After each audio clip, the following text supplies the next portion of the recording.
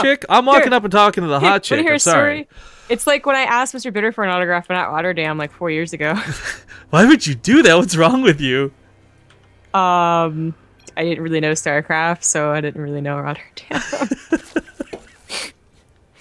All right. Good times. Well, we've been through a bit of downtime, but we're back in action once again for the Team Liquid map contest number 5. Spawning here in the northern location of the map, we have our European Zerg player. He's coming from Team Liquid, ladies and gentlemen. It's the Red Zerg Snute. In the bottom position as the teal Protoss, my Insanity's Arium. Now, I remind everybody that Snute is European, not because I think people don't know, but more to the point, this entire tournament is taking place on the North American server. Now, I believe they're letting players go play off-server if they're the same region. So, for example, if Snute was fighting against, say, sort of, instead of Arium, they very well could go play on the European server. But, yeah, forced to play on North America, definitely give Arium a small little bit of a edge, I suppose we could call it. Not by much, though. It's really hard to ever knock somebody like Snute down just through latency. You know what I'm really disappointed in with these maps, Rifkin? What's that, Zombie? None of them are named after K-pop songs. Just very disappointed in all of you. I'm okay with that. I'm okay with that. It means I mention it like 1 every 10 casts, okay? And no one listened to me. Well, if you guys were just joining us on the cast today, you missed, we've already seen this map once, but quickly glance over it once again for the new folks, because these are all brand new maps, possibly going to the ladder pool, depending on if they make it through the contest or not. Main base and the natural are pretty standard on this map. There's nothing really too crazy to discuss in that regard. But just like all the new maps, the questions come down to how effective are the thirds? What do the fourths look like? Can you even take these bases to the corner in a ninja fashion or expand that direction? Go back to the other base that you're just at, the 4th base. 444th. Yeah, that's what I was saying last time. There's numbers on each of the base layouts. Wait, I never noticed that. I must have been there's a 2 at the looking at something natural. else. Well, then that is too obvious. That's way too imbo. But I must have been completely been spacing out then. How did I not notice that either?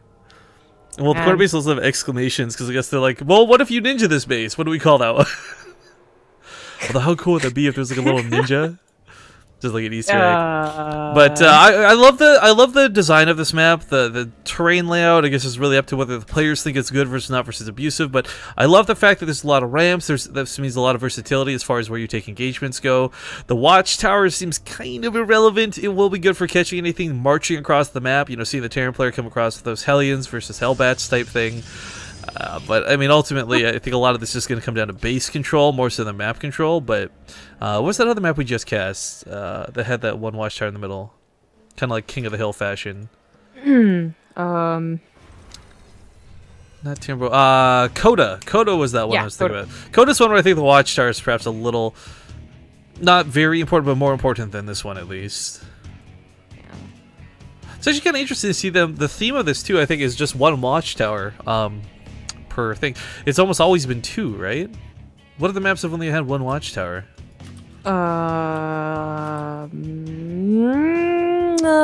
Tomb Valley. Okay, well. Thought of one. So proud of myself. Weird throwback to the discussion we had earlier today. But, right? Interesting to put the probe here. Not sure if this will just be the scout or if he is going to proxy something. He does put the Twilight Council in his main, but if it is going to be a proxy, it's way too late to put the pylon down, I feel. So maybe just a proxy pylon for direct warp-ins later on. Arium's a pretty fantastic player. I guess, you know, we're so busy talking about the maps, we do forget to and neglect to talk about some of these guys. Arium, we've seen do some crazy stuff and win games that he quite frankly shouldn't. For example, winning back-to-back games with no extended thermal lance versus Terran, things like this, because he 100% forgot upgrades. But I don't know, coming up against Snute, I just feel Arium's typical bag of tricks aren't going to work. He's very, he's not very diverse in his builds, is what I'm trying to get at here. He's good at what he does, but outside of Blink Stalkers and like Colossus play, we don't really see a lot of Phoenix play come out of him. We don't see a lot of really abusive sentries through a Warp Prism or anything like this. So I don't know if he'll be able to beat Snute in this series, but he'll put up a hell of a fight, that's for certain. Sure. Sure. How did we decide to say the map name again? I forget. Ganymede. Ganymede, there we go. Ganymede. Yes. It just sounds like a robot Mega voice Man. says it.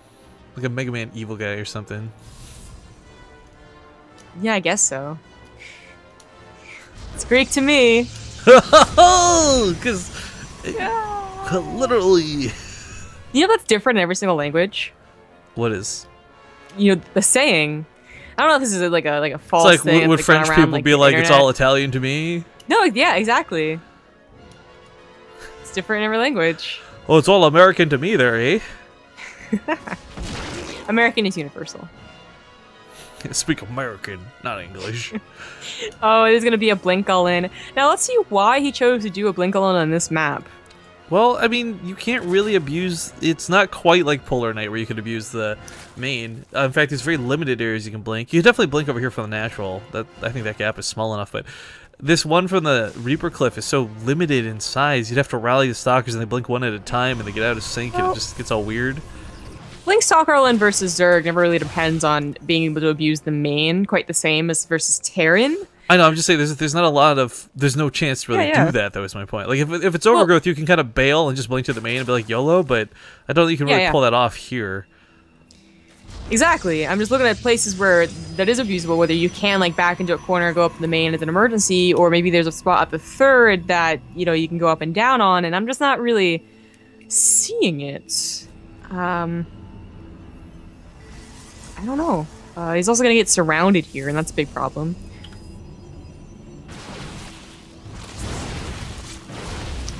This third's already hard to attack because you have to go for ramp. Yeah, and it's 2 ramps like this, so yeah, there's the Link's going to surprise him from the sign. There's a lot of Links for this. Burns a second time warp when a recall may have been a much better option. And it's just not even the Roaches that shut this down. GG is called. That was really quick. But he lost everything, so makes sense. Yeah.